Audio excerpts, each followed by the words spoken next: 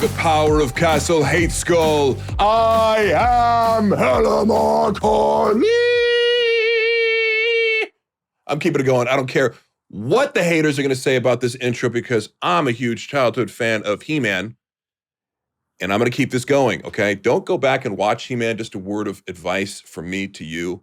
I'm very nostalgic towards He-Man. I went and watched a few episodes of it. It's available on Hulu now. And let me just say, it might ruin your childhood to see how terrible the show was. But let's just take that intro, which was absolutely banging back in the day. Just if you were a kid and you didn't get pumped up by the He-Man intro, like, what are you doing in life? So that's why I'm co-opting that. We don't have to talk about the cheesy storylines or why Skeletor's voice is so high or how he's so buff but has a skeleton face. It just doesn't make any sort of sense whatsoever. But we're going to leave that aside and take what we want and move on from there. Welcome back to another episode 5. They kept the lights on again for us. It's incredible. As of this recording, we just hit 20,000 views. Oh, well, crazy, right? Who would have thought? Certainly not the haters, right? Certainly not them. I'm sure by the time this podcast drops, it'll be much closer to 1 million views. So I'm just time-stamping this and go, Thursday, we're coming in. I don't even know if I could say that. I don't know if we're trying to keep it a secret when I record the podcast because a lot of haters are trying to come by and undermine me in the processes of this recording. So the location, the date, and the time, probably best if we keep that under wraps just because my haters are obsessive. They can't just hate and leave. They always come back. It's like, oh my God, why are you so obsessed with me? Like, this is really embarrassing for you. So I'd recommend you stop. Anyway, episode 5. I'm so psyched. We got some cool stuff today. Got another champion of the week, another guest coming in here. You know, it's not one of these podcasts where you just talk to people, but I'm sprinkling that in, okay? So got some sprinkles and some toppings on this podcast for you as far as other people coming into the studio and dropping some knowledge on your brain, sickle. So, that being said, sup, fool? Let's talk about what's going on with me this past week in my favorite current event topic of this podcast, sup, fool, where I tell you, sup, fool. So this past week, if you pay attention to my IG at all, you may have noticed that I posted a video of myself doing 365 for 5 on bench and just crushing it. Haters will say that my butt came up, but I have a really big butt, so it may have looked that way, but actually my cheeks were still touching the bench. So, before you jump to conclusions about where my ass was in the middle of that lift, I'm going to encourage you to just kind of zoom in on my butt crack. I know you're probably doing that with a lot of men these days if you're one of my haters, but go ahead and do it to my video and see for yourself, okay? So it was the set after that I tried to go for 315, 415 reps as a PR. The most I've done it before is 13. And something terrible happened. I strained my pec. I'm not going to say I, tore it. That's very dramatic. There was no bruising, nothing crazy happened, but I felt the pop. It's the first time I've ever felt a pop in my pec. You'll hear a lot of warnings about doing flat bench press and how that's kind of the one that most people injure their pec on. I'm not saying you can't do it with incline. Obviously, there's a famous recent example of this bodybuilder who was doing 5 plates on incline and just, you could see his pec pop and rip off, the tendon and retract back immediately. It's grotesque. If you're into that sort of thing, you can easily look it up, 500-pound incline bodybuilder pec tear. And there's probably a lot of pec tears on the web, like any gruesome injury. You sick fucks. It's almost better, actually. So I'm not here to talk about like, oh, woe is me, terrible, circumstances. I'm going to tell you about the positive for that. This is my weekly insight into training, and I'm kind of always doing these segments. If I talk about training, it's like things I wish I would have known or learned at an earlier age. So hopefully, if you're younger than me or whatever, or at a different place in your fitness journey, you can take some of these lessons and use them. I'm going to talk about this from 2 different angles. The first one is it's easy to get sort of depressed and get off the horse, so to speak, in the same way that Like, let's say you have a cheat meal and you feel guilty about it, like it wasn't planned and you were trying to stick to your diet and it's, you're like, my cheat day's on Saturday, but it's Thursday and I went nuts at the pizzeria, the local pizzeria. You had your own little Pizzagate go down and you went off diet. People have a tendency to sort of go, well, that's shot. My diet's shot, so I'm going to eat shitty all weekend, right? And get off that horse. And as you learn resilience, you learn not to do that and kind of go, okay, it is what it is. Let's look towards the positive. I can eat less tomorrow, whatever. Same thing with injuries. I've had a number of injuries over the course of my life, both from blunt force trauma, like tearing my ACL. I have a torn labrum in my shoulder that's from, getting hit and dislocating it during football, all these things. And I have some overuse injuries. When I was younger, like if I hurt my back or something, would go awry, because if you have a lingering back injury, it can always come up, in weird ways, like you're fatigued. And I remember one time I popped it out of place, like putting a 10-pound weight back on the weight tree, because you're already fatigued, and then just one little thing can do it. And oftentimes I would spiral into depression or just look like, oh my God, woe is me. I can't do anything. I'm going to sit here. I can't train the way I want to ideally, so I'm just not going to do anything. And then if I'm not training, I'm not eating right, all this stuff. Nowadays, I have this mentality of going, what can I do? If I can't use this pec, well, let's look on the bright side. This pec's actually bigger than the other one because I have this muscular imbalance and I'm normally doing, barbell stuff because of my shoulder. So I said, okay, let me do a few pec workouts where I'm just doing this side. And maybe that'll catch up eventually, right? So that's one way to look at the bright side is, if you can't do this thing, is there a way to improve some other area? In this case, I needed the other side to be improved, but I neglected because it's kind of weird and awkward just doing one side of your body. But forcing myself to do it made me realize, like, oh, this wasn't that bad. And I should be doing this more, like maybe once a week I could do one side of my body until it gets better or until it catches up. I didn't go off my training. I did what I could. I took this mentality of, it happened, I'm going to let it heal. I'm going to treat it right. I'm not going to push it in any way. But in the meantime, I'm resting this. I'm not resting the rest of my body. I'm not going to, eat like crap and just do no training whatsoever because, woe is me.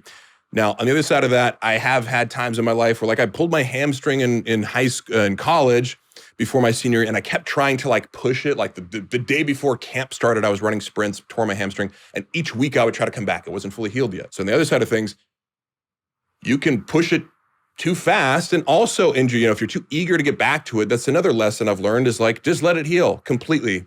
Be careful. Don't push it, especially from outside forces, right? Because the peer pressure of a team, or maybe your lifting partner or whoever else is in your life, or some idea of a goal, for your physique might also be that external pressure that you're experiencing that makes you want to push something faster than would be smart.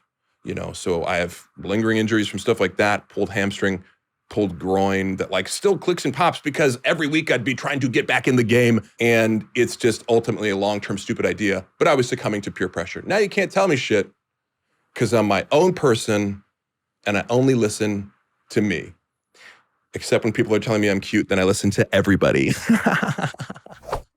All right, everybody's favorite segment. This is why we can't have nice gyms. We got another explanation of the exact reasons that we can't have nice gyms. And in this case, it's because people use their cell phones excessively in the gym. Now, I'll be the first to admit, I'm a hypocrite. I use my cell phone in the gym. I listen to music. I'm on it between sets. I use my cell phone a lot. It's like a hugely popular thing today to be like, you're using your phone so much. And then everybody is a hypocrite about it because we all use our phones a lot. Granted, right? And maybe you legitimately do have to conduct business in the gym and you're so pressed for time that you have to be on your phone doing whatever, answering work emails. Like, let's take all those exceptions out of the equation for a second. I filmed this video that you're going to see in the gym the other day while training a client. I noticed a young man on the leg press try to not get his face, but I saw first of all, he's doing partial reps. Second of all, I saw that cell phone between the crack there and I was like, oh my God, he's literally texting as he's doing reps. I try not to be that guy filming people in the gym, you know. Of course, I watch your submissions. If you see anybody filming, like doing ridiculous stuff, because that's how we get these kinds of clips. Somebody has to record it. And I've seen far worse and more ridiculous stuff than this, but I saw this and I'm like, man, I got to do it. This is why we can't have nice gyms, about people using cell phones, and specifically people using cell phones during a set. Right? That's the most extreme example of what I'm talking about, because this is an able-bodied guy. He's young. Sometimes you'll see like old people on their cell phones, or you just kind of like, you give somebody a pass for whatever reason. This guy's like in his 20s. He's on leg press. He's doing half reps. Doesn't look like he's struggling that much. And my perspective is, why? What does that add to your workout? Is it even worth it at that point? If your intensity level is so low on the leg press that you can text while you're leg pressing, you're doing nothing. You're getting virtually no stimulus or results. This was during a leg workout for me. I was over there on the leg extension machine. Sometimes I'll start off with hamstring curls and quad extensions to get a pre-exhaustion before I go to heavier compound lifts. And I went over to the leg press after that, worked up to like 8 plates, full range of motion. The discomfort level of doing an intense set of leg press, like, there's no way you even want to think about looking at your cell phone. You're just trying to get through this. You're trying to, you know, not have your face explode with all the blood that's rushing to it. You are trying to work through the pain. You're trying to get through this incredibly intense exertion that your legs are feeling, that really requires the focus of, you know, your entire mind and the concentration of your whole body to brace itself for that contraction. The leg press should be super intense, right? Because you're taking all these other elements out of this leg movement. You don't have to balance, you know, your lower back isn't involved. You don't have to have perfect form. You just put your legs on the thing, jack the weight up, and pump out reps. So this stood out to me as particularly egregious, because it's like, it's one thing if you're like maybe doing like one arm curls or something and you're texting or doing something else, but like, you know, to really hit legs in a way that will give you a proper stimulus for them to grow, this ain't it. Now, granted, this isn't the only person. So we're going to watch a little compilation here of people on their phones in between sets and whatnot. This is the type of thing that annoys people when you see somebody, you're like, hey, can I use the machine? And, you know, they're like, yeah, I got 10 more sets. And they're on their cell phone the entire time. Like, now you could be timing your rest and be on your cell phone. And I've done that before often. Like if I'm lifting alone, I'll time it out 2-3 minutes or whatever it may be, 1, 2, 3, depending on the kind of workout you're doing. The thing is though, that I found, because recently I've started putting my phone away in a locker when I go to the workout, your workouts will benefit tremendously. When you're fully focused on your workout and you don't even have the opportunity to check your phone, you're going to take less rest. And in fact, you're going to incentivize yourself. Like when I go for a hill run, for example, you know, it's nice to listen to music on your phone. Maybe if you have an iPod that you could like listen to it without having a phone, that's great, because it's always going to be this temptation there. And when you don't have it, I mean, even if you are addicted to your phone, what you're going to be thinking the whole time is, oh, I really want to use my phone. I better finish this hill run as quickly as possible, or finish this workout and get back to my phone. So use your cell phone addiction against your own brain and put it away, and use that as an incentive to get through quickly and with intensity and hit it hard and not take any additional rest. Because what happens is when you're on your phone, inevitably, you're going to take longer rest periods. You're not going to realize it, right? You can, like, who hasn't been on their phone? You think you're on there for like 2 minutes and you're like, oh my God, that was 12 minutes. You know, you're trying to waste some time, like, it's 6:49. I don't have to get up till 7. Let me just scroll Instagram. All of a sudden, it's like, oh my God, it's 7:15. Like, time flies when you're on your phone and in that little world that distorts your perception of time. So I'm going to encourage you, if you haven't ever done this, try it out, experiment with it. Put the phone, either leave it at home or put it in a locker, and see the difference in your workout. I guarantee you the intensity level will increase, and nobody's going to film you being an asshole. All right, that's it for this week's Why We Can't Have Nice Gyms. And the determination is that cell phones and our excessive use of them is why we can't have nice gyms. Welcome to another segment of Mark Harley's Bro Science Academy. I am Professor of Bro Science, PhD Mark Harley. This week, I wanted to talk about something called the Tabata Method. Maybe you've heard of it, maybe you haven't, but I just want to give a brief overview and first tell you why this is something that I was thinking about. I was with a client, and as you know, I'm a huge cat lover. He's got cats too. And we were talking about playing with your cats. Like a lot of cats, when I see a fat cat, I'm like, this cat either doesn't go outside or it's neglected by its owner as far as playing, and its only joy in life is to eat. So you can remedy that. I read somewhere with like, what's the time commitment of playing with your cat? 6 minutes. If you play like with the laser pointer or wave a ribbon in its face for 6 minutes a day, turns out that's like a great amount of time for your cat. Now my client like the next day was like, yo, bro, like, you need to communicate that in some way that like 6 minutes a day or this very short period of time can be effective with workouts. And it often is. You can do a 5-minute workout. You can do, I'll often give my clients 5 minutes of homework. Like how many push-ups can you do in 5 minutes? How many, or do this many burpees and try to aim to go under 5 minutes. You can do an incredible amount of work in under 5 minutes. And the reason that we sort of know the science behind this, you could do something really significant in under 5 minutes in a high intensity interval training context. A subset of high intensity interval training or HIIT style training is a more specific version of that called Tabata. Tabata is basically anything that has a 20-second all out work, sprint, exertion level, followed by 10 seconds of rest, right? So you can only sprint for so long, imagine whatever, you're sprinting for 20 seconds. It's hard to keep that up. But if you give yourself a little bit of rest afterwards, you can then keep going and keep going and keep going. So it gives you this amount of rest that keeps your heart rate up, but like allows a little bit of that lactic acid to clear out. And you can take that ratio of like a 2-to-1 all-out exertion to rest, maybe you could max that out to like a minute to 30 seconds, and it's still kind of under the umbrella of Tabata. But as far as something that we know works, that's sort of shocking because it's so simple and so minimalistic as far as the time commitment, is what this guy, Dr. Tabata, studied, which was 8 little cycles of 20 seconds and 10 seconds rest. 20 seconds exertion, 10 seconds rest, which adds up to 4 minutes. So one Tabata, the classic Tabata is, let's say, doing mountain climbers, burpees, push-ups, sprinting, running in place, any types of these things. And you could do a different type of exercise for each 20 seconds, but like, let's say mountain climbers, right? 20 seconds, all out, mountain climbers, as many as you can, as fast as you can for 20 seconds, then rest 10 seconds. Give it a shot, right? You could probably do this during the podcast.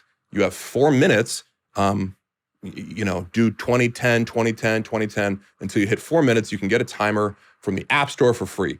You'll realize you're doing a workout, but I think that the sort of shocking thing is the measurable results. I'm going to read a little bit about Tabata.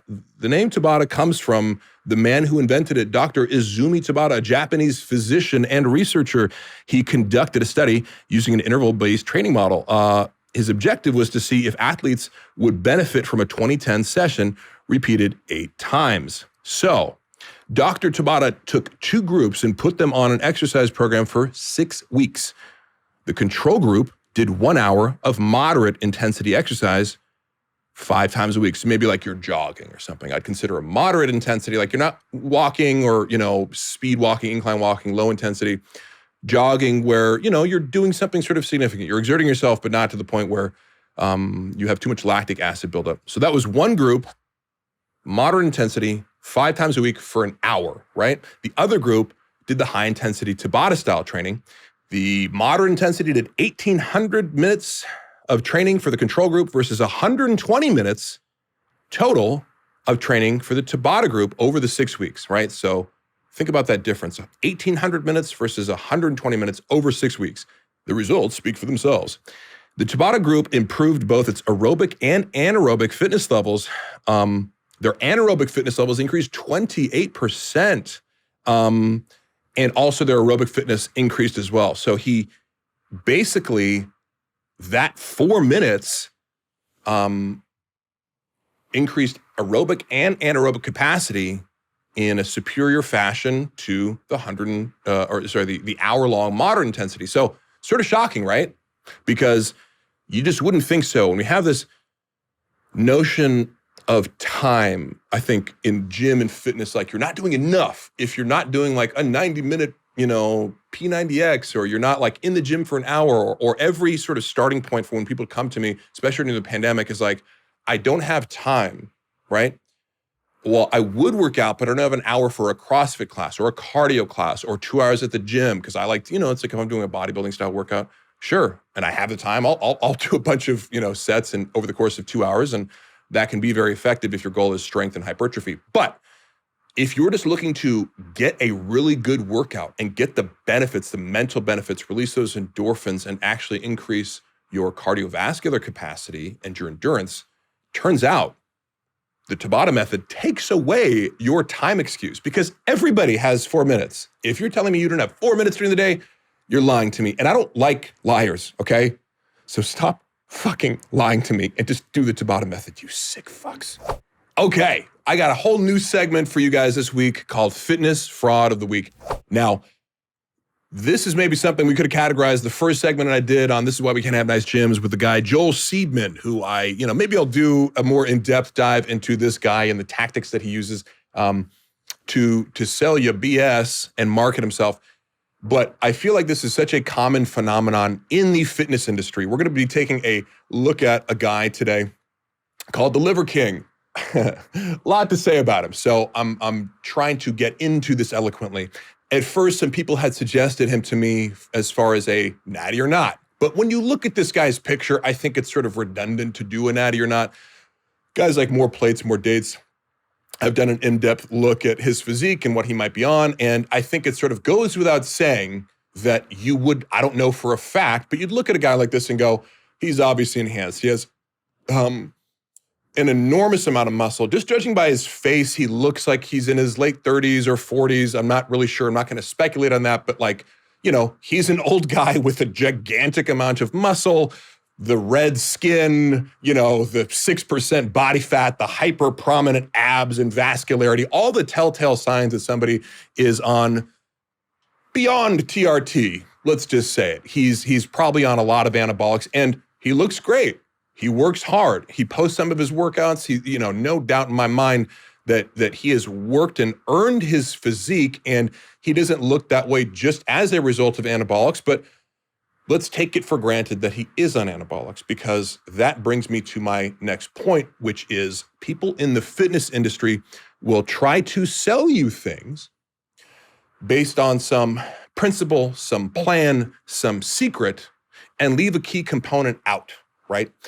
In this case, his entire shtick is this ancestral living thing. We got to live like our ancestors. He's got these like 10 tenets, that it's like, move like our early ancestors did, sleep like a rock, eat like our early ancestors did. Everything's like ancestor, avoid dangers like our early ancestors. Literally everything's like our ancestors. Get cold, fat soluble activators, sensible sun exposure, and magnesium. All these things that independently I can get behind. Sure, you should do cold, you should do sun, you should, lift heavy things. You should run. I assume that's what he's talking about with this, avoid predators by running. Okay. Sure. Humans are designed to run for sure. And I do think there is wisdom in looking at the past and saying, what are humans meant to do? What have we historically done? Is that something in our DNA that sort of feels inherently satisfying because we've evolved to do certain things? Kind of like with, you have a cat. A cat is evolved to kill things. So if you don't play with it and kind of play those like killing games, it's going to be depressed and bored and not happy. So of course there is wisdom in that, but he doesn't stop there, right? He goes on to say, you should eat. His big thing is like eating liver and eating organ meats and all that stuff. It's not something I'm into, but like I'm open to the idea that that's superior. And I know a lot of animals like, like sharks orcas go for like great white shark's liver, and the alpha male in a lion, pack will eat the liver first, or in a wolf pack. There's all these things that kind of showcase the fact that organ meats are very desirable in the animal kingdom and potentially are beneficial more so than just regular meat as far as a nutrient dense, gram for gram, more so than just skeletal muscle. Okay, that's cool too, right? But you're selling all this in a package as the poster boy of this sales pitch where you're leaving out a key component. You're saying, even if it's just by indirect implication, I look like this because I do this, right? I'm jacked out of my fucking mind because I eat liver and live like my ancestors. Now, of course, it begs the question, did our ancestors look like you? Did they have kettlebells and did they do bench presses and all these things? I think that starts to fall apart under scrutiny too, that no, our ancestors, didn't have whatever, that 60 extra pounds of muscle mass, which looks very cool. And, you grow out the beard and look like a caveman, but obviously, that's not really accurate to say either. Our ancestors didn't look like that, even if you're doing certain things that they did. He's a self-proclaimed bodybuilder, and you'll see him like doing farmer's walks with ankle weights and pulling sleds and doing certain things where I'm like, okay, that is a good workout, but that's not how you built that body. You don't build bulging biceps with, farmer's walks. You could build up your forearms, but, or your sled carries or whatever. So that's a little bit disingenuous. And again, because you're leading with your physique, you are ultimately saying, directly or indirectly, want to look like me? Do this. And the reason I take issue with that is because, of course, people aren't often, especially when it comes to fitness, they're relying on your novice status, your naivete, which everybody starting in fitness is naive to some degree, and unless you know about anabolics, unless you know about training, you're not going to know that somebody can't look like that without training a certain way and without putting certain substances into their body. And by leaving that out and also sort of making this gigantic direct opposition contradiction of ancestral living plus doing steroids, right? Did our ancestors have steroids? No, they didn't. So you're already making this impossible contradiction in your reality and the way you live your life versus what you're pitching. Now, people have called him out on it, right? Somebody posted this DM that he actually responded to and said, hey man, you're full of shit. Just tell your fans you're on gear or TRT, pussy. Now, I don't advocate doing that kind of stuff because I think it's like when people like pressure fitness influencers or whatever to like say they're on gear, it's like, I get why you can't do that. And I get like, he's a clever marketer. Like I get why he's not doing that. But I think it's just as important to have that conversation and broadcast it as much as he's going viral. I'd like the opposite message to go viral of, the Liver King's amazing and you can live like our ancestors and look like this. And I go, not without steroids. I would like to pump that message out as viral as he's going. His response to that DM is very telling. And again, I don't believe in directly antagonizing people because it's just sort of obvious. It's like, we don't need him to tell us he's on steroids if he's not going to admit it. Like, I'm not going to be like, just admit it. You're a pussy if you don't. No, he's just a smart businessman, I guess, but a deceptive one. His response is, I've never cheated nor taken a shortcut in any capacity of life. You earn the life and wife. That's kind of a weird thing to throw in there. That you behold. Most people think it's impossible because they look like shit despite doing movements that they call work, which isn't, and despite eating clean, which isn't. My thesis is that if you commit to the 9 ancestral tenets, you will unlock the greatest version of yourself, your inner beast. Oh yeah. You will optimize your testosterone, your growth hormone, your IGF-1, your DHT, your metabolic markers, and you will achieve a higher version of yourself that is to behold to. I believe in the ways of our ancestors. We are descendants of the sole surviving species of genus Homo, the baddest, blah, blah, blah, blah, blah, baddest mammalian predators that ever lived. Then he goes on and on. Now, first thing that sticks out to me is that was a yes or no question.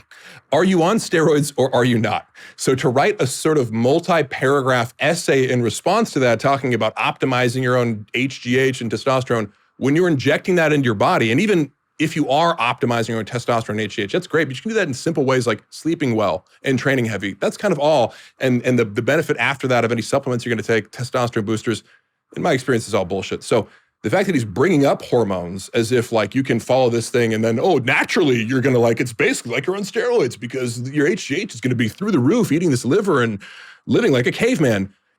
Bullshit.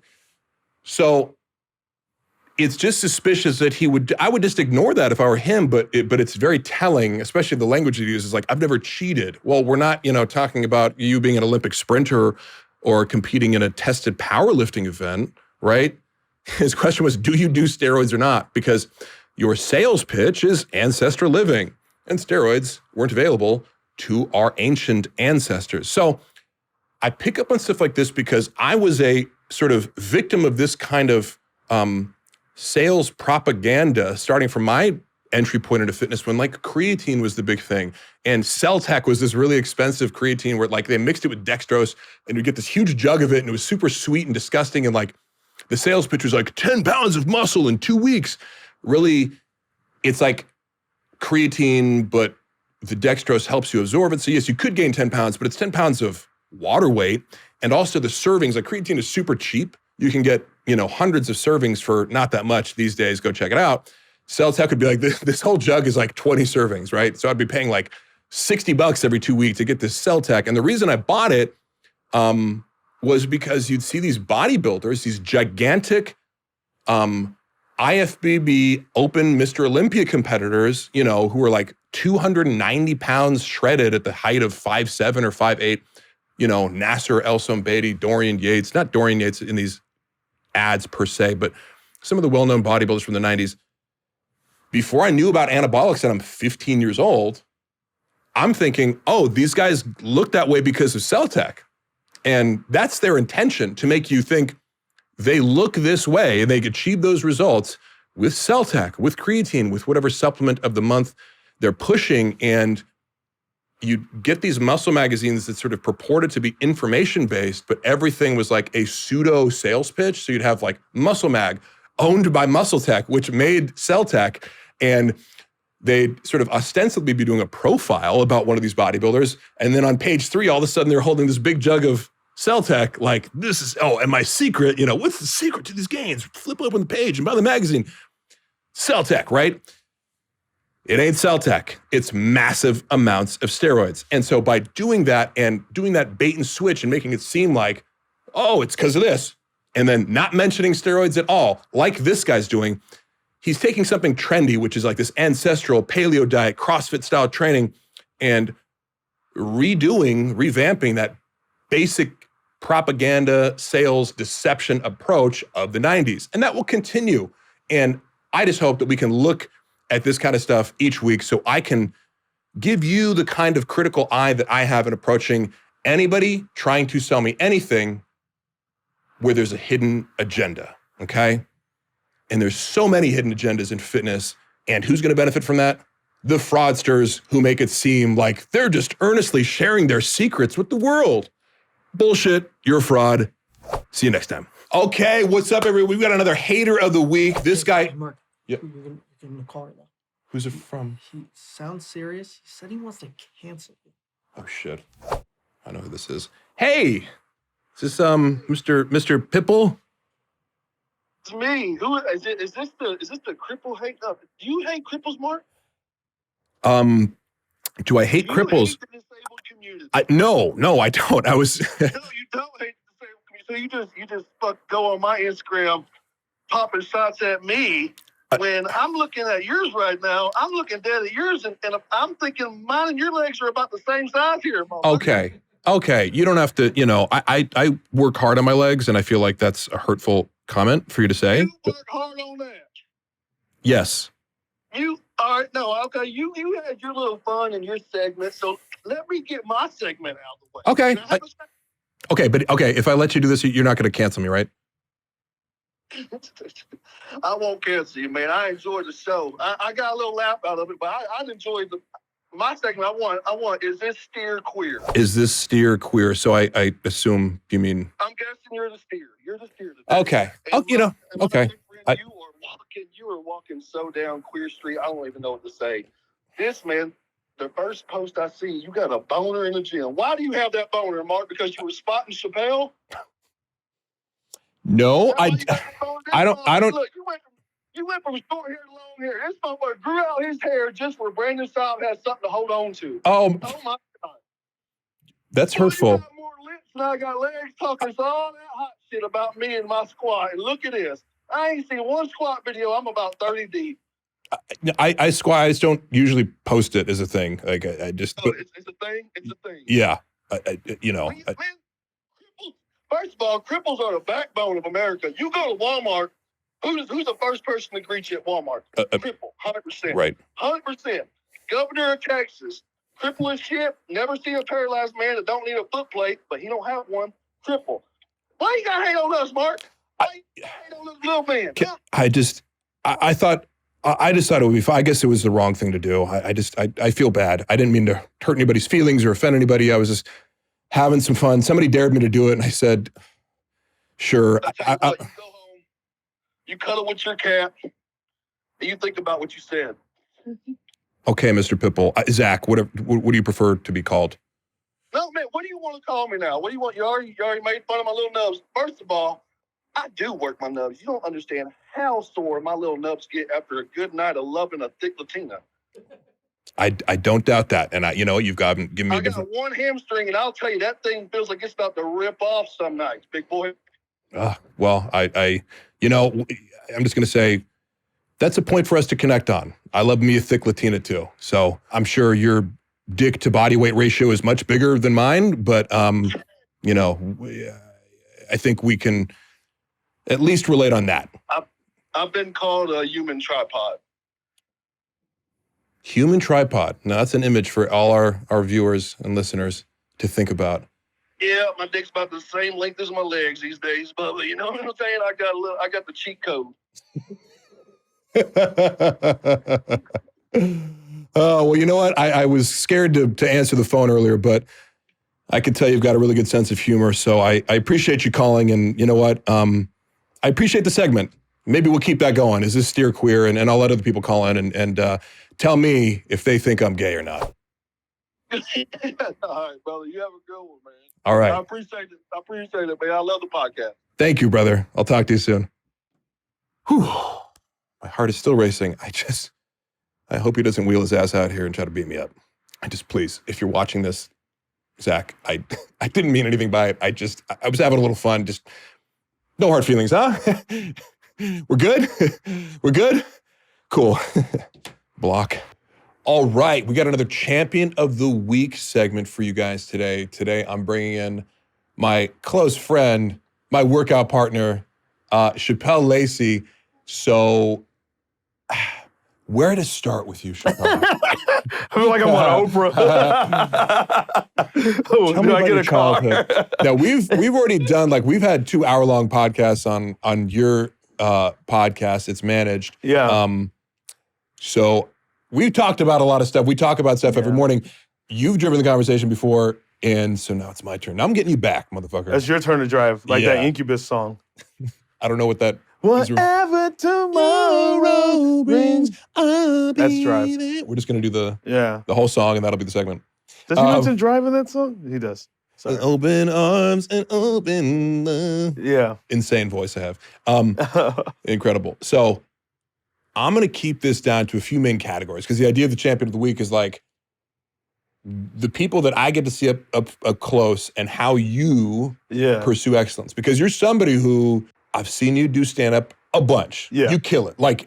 And I guess one of the things that people, you hear a lot of this, feel I didn't know you were that funny. Listen to you on the podcast. You're an introvert, a true introvert. Big right? time, yeah. Big time introvert. And people don't realize now, when you're one-on-one with me, we have in-depth conversations, but you're just not the type of person to insert yourself. If there's a comment going on, you're going to observe. You're not going to be oh, my turn to talk, right? Very observant, yeah. Yes, extremely observant. And so that just, I'm starting out with that because people may not realize, if you haven't seen Chappelle do stand-up, I've just seen you destroy rooms so hard that it's and a lot of people, I know you and how funny you can be, but if you've never seen you outside of the context of The Fighter and the Kid, you may not know that you can get up with a microphone and just demolish a room. And debris everywhere. Even my mom to this day thinks it's the wildest thing that I do stand-up comedy. Yeah. Because my mom truly knows, my biological mom, not my adoptive folks, but my mom truly knows how I am. And you've always been that way, right? Always, yeah.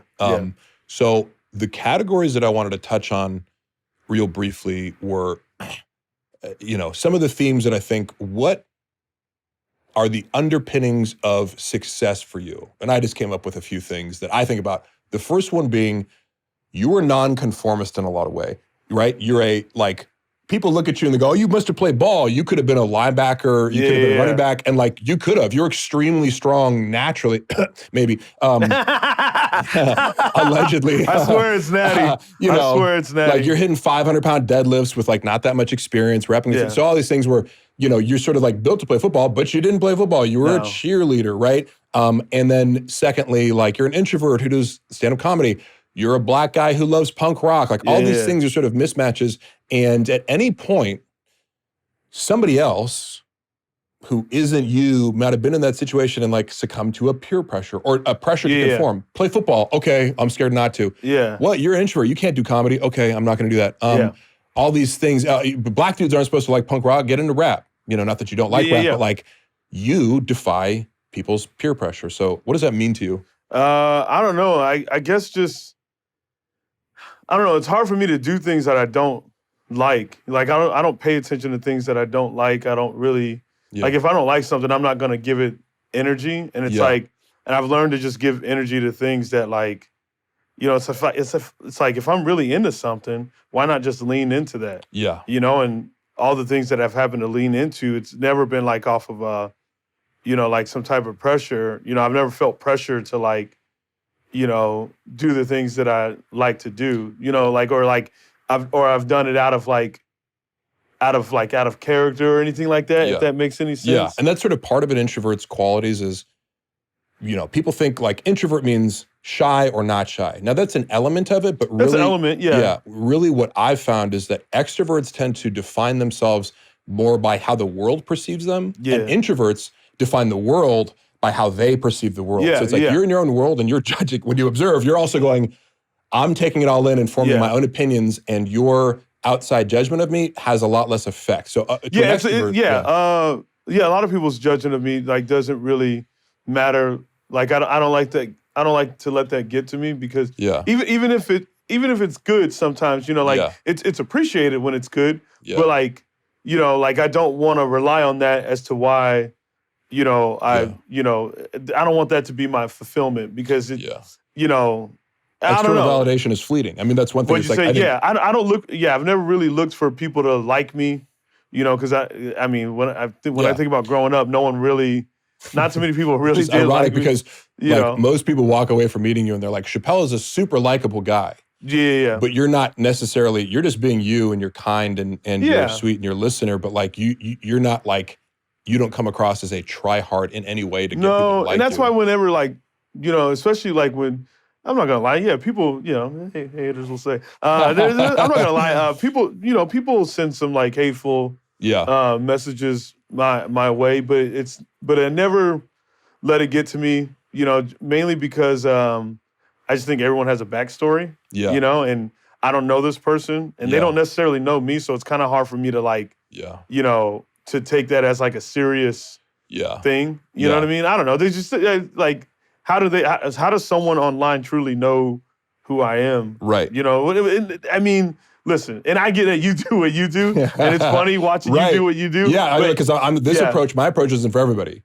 It's just your approach isn't I for relish everybody. in it. You delegate, you'll maybe be yo, check this person out. You want to go after them? But you don't have time. You literally don't have time. You don't bother Let me with hit it. up Mark. But that's really smart because it's very true to who you are. Yeah. And I was going to piggyback off something you said about backstory. I think you are a profoundly empathetic person, in part because you have a lot of pain, a lot of things you've overcome as far as, abuse and difficult circumstances. And I've never heard you play the victim. I've never heard you play anything. This is just something that makes you stronger. And you take those lessons and actually, because of that, instead of closing up or being mean to people, you use that as a way into understanding others. Yeah. And also it's led you to do more. So I was going to say, it's led you to do the kind of work that I think almost everyone could benefit from. Going through anger management, going through therapy, doing the type of journaling and self-reflection. It's, to me, it creates a maturity in you that everybody could benefit from doing what you've done. I mean, one, I know what it's like to be mean, and two, when I think about growing up with my my stepfather and how crazy that situation was. It's like, well, once I found out, oh, he has a backstory, you know what I mean? And then, you know, anything, you know, all that verbal and physical abuse, I don't take personal. I was just like, oh, that was just what happened. And, you know, it was his environment. That's what he knew. You know what I mean? So like, that's why like, whenever I think of people, you know, messaging me, like, and honestly, it's rare. It doesn't happen like a lot, you know, but it does happen. It's natural. Not everybody's gonna fucking like you, and it's like, but who cares at the same time? Yeah. You know, but you know, I don't, you know, I just go, oh, you know, the person probably. You genuinely brush it off. I don't know what that person's day is like. Yeah. You know, yeah. And we'll be actually in traffic. It's funny. You're like, find yourself. You're like, you catch yourself so quickly in road rage. You're like, you'll get mad that somebody cut you off, but not like it doesn't. It's like it like has one little bubble, and then you're like, oh man, they probably had a bad, like you'll actually, it's hilarious because it sounds like a parody of like a nice guy, but it's genuine because you're going like, your mind is so quickly able to do that through so much practice, and you do like, but listen, you don't hold grudges. Pre-anger management, Chappelle. Right, but that's good because that shows you can actually make that journey from like angry to more empathetic, and I think a lot of men could do that. It's just, it's uncomfortable to practice that. Yeah, you know? And like, it's like, but also at the same time, like, I love to have dialogue. You know, and I can't have dialogue online, you know, with people, you know, because it's just like... Yeah, I mean, once you're already hating, it's like, this isn't... You're saying stuff to me you wouldn't say in person. That's what I also hate about it. Is like, but anybody like, come say it to my face. You're not threatening people. No, right. It's like, how do you want to... What do you want to do with this conversation? Yeah. You know, that's mainly my thing. Well, it's like, what do you want me to do with this information? And what do you want to do with this conversation? Yeah. And if there's nothing that can be done with the conversation, then I just... Yeah, you let things go really quickly, and I think that's a sign. And it's insane knowing that I'm able to do that because I know exactly how I used to be. That's what's insane about it, because I used to be a fucking nut. Yeah. Oh man, I mean, just the shit I would try to fight people over was just... You used to be a hater, huh? Not a hater, but I was just like ready to fucking... Yeah, used to be violent and aggressive. Very violent, very violent, very aggressive. And that's where you came from too. It's like you're experiencing abuse, so like it's a natural thing. Yeah, it's just a natural instinct. I see that as like, you've overcome it, and that gives you the strength. Anybody overcoming anything, it's like if you can get through what you did and not have a victim mentality and not hold a grudge. I mean, that's a very powerful thing. like I always think about like when someone sends like hate my way, I'm like, imagine, you know, like when I think about not replying or anything like, or not giving it any energy. Yeah. You know, I'm like, what if that's something that makes a person think twice about what they said? You know, by not giving it the... And this is me. Yeah. I'm not talking about you. No, exactly. And I have my own justifications for my approach. Yeah. But I'm not saying... What you're doing is correct in the sense that, like, if you don't give them what you're doing, like... Because you could look at what I'm doing online and be like, oh, Mark's a maniac too. And I kind of am. You know what I mean? But, like, you can see that I relish this shit. Yeah. What you're doing is, and sometimes I will do that approach of, I'll be like, why would you say that? You know what I mean? Like, what does that benefit from you? And that's one of my little tools in my arsenal. But for you, it's like saying, you're not responding to it. These people are looking for conflict. You know what I mean? That validates if they can make somebody else feel angry and upset and confrontational and aggressive, that validates why they're doing it in the first place. Now you're playing the same game. They got you to play their game. By not doing it, it's like, at some point, I do think it happens. I've seen it happen where people like, you know, I've called people, I'm like, why do you, and they're like, a few people, they're like, yeah, you're right. I don't know why. I need to think about that. There's one time I did reply. Oh, yeah? Someone said something about Oasis. There you go. They just said, don't get any ideas. They said, what's with your obsession with Oasis? Get over it. And then I was like, you said, suck my dick, bitch. No, I said, me liking Oasis has nothing to do with you. Right. And they were like, oh, okay. You know what I mean? No, like, what are you going to say to that? It's funny because I thought you were going to be like, oh, one time I did respond and I was like aggro with them, but you're just like, no. That's the perfect response. Yeah, it's like, it calls them out on like, it has nothing to, my preference in music shouldn't make you upset. Yeah. You know? So another thing that I was going to talk about, speaking of Oasis, because when I think of Chappelle, it's sort of, if you know you well, you're not somebody who's got a different interest every day, stand up. Music, playing the guitar and getting better at that. Particular bands like Oasis, reading. I've turned you on to some things like you don't really pay attention to like the pop culture of politics. Like if you said like, hey, what's in the infrastructure bill? You're like, I don't give a shit, you know?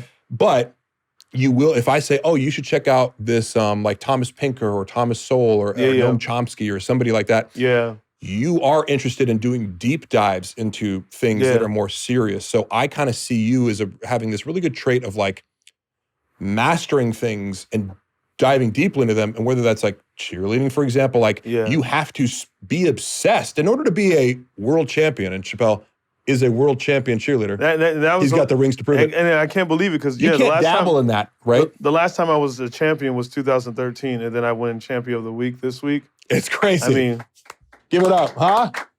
They said I couldn't do it again. The haters said he I wouldn't couldn't be get able another to do fucking it. gold medal. Yeah, you're gonna have the ring for cheerleading. Oh the ring for hater of the week. Yeah, you seen my cheer ring? It's legit. So it speaks to the power of only focusing on things that you can really do well and saying fuck the rest. You're not interested. Like people won't be like like a narrative on you is like Chappelle doesn't know anything, but like you don't know anything about not know anything, but you don't care to keep up with the day-to-day of pop culture BS. And I find that highly admirable because when I put that into my brain, I know it's all junk. Yeah. It doesn't help me in any facet. Unless you're like doing a show about, it's like there's some stuff, sure, you could justify. I think of it like junk food. Yeah. It's like, imagine if I just ate that every day. Yeah. Yeah. Which I have before. I have. I've been at ChickfilA quite a few times. I'll be honest with you. I've eaten junk food. I've had a zinger. Is it a zinger? A zinger? You eating them zingers? You ate those cupcakes? Some zingers? Is it a zinger? Yeah, exactly. Or a zebra cake? Hold on. Casey's looking it up. Because I need to know. Because it's going to bug me. Zingers? Yes. There we go. There we go. Mouth-watering. Yeah, I guess, I guess just through the world of anger management, it's helped me really narrow down what the things I can control and things I can't control. That's a great phrase. And so like I just look at life completely different and just realize, and also me being and loving the world of stoicism. Yeah. And just, always paying attention to that. It's like when you realize what you can control, then all of a sudden like you walk through life differently. Like I can't control, I can control what I put out there, as far as, putting myself out there into the world. I can't really control like how, people receive it or whatever, blah. Yeah.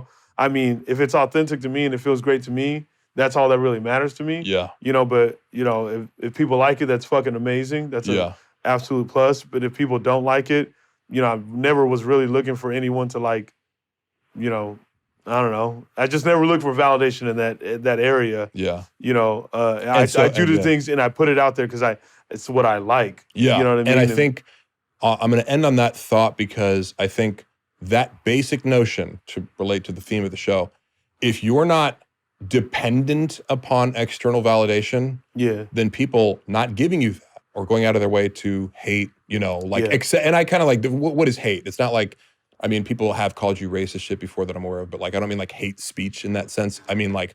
People have called me racist shit? Oh, wow. Oh, that's interesting. Yep. I always call me racist shit too. You know what's always funny about the racist shit? What?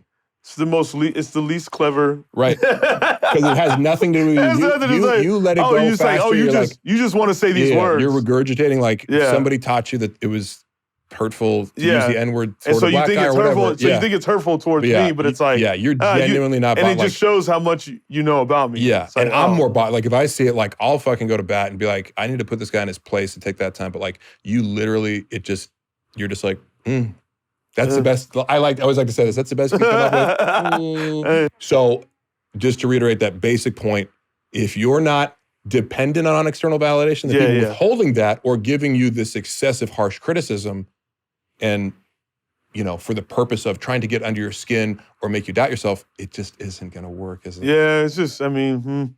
You're still doing you, still crushing shows. Yeah, exactly, yeah. Because if you... It's like, did I just do a show where 400 people were laughing their ass off? My entire set? Crazy. Yeah, well, because that's... I'm not funny. Oh, okay, what? Well, that's a reality. Yeah. That's right there in front of me. I see that. That's the reality. Yeah. Where it's like, I don't know. It's just... I don't know. Yeah, it's crazy. Ever since you got that blue check, man, can't tell you shit. Yeah, that's not why. Yeah, you're one of the only people who hasn't changed, actually. Since you got that blue check, I haven't changed. Yeah, I thought you were gonna come out like, "What up? Oh, the name's not Chappelle. It's Blue Check Lacey." Also, like, I guess I just realized there's a level to like knowing who you are and understanding who you are. Yeah. And nothing else could ever get to you. Yeah. So when people say something, it's like, well, I know who I am. You clearly don't. Yeah. Because I don't even know you.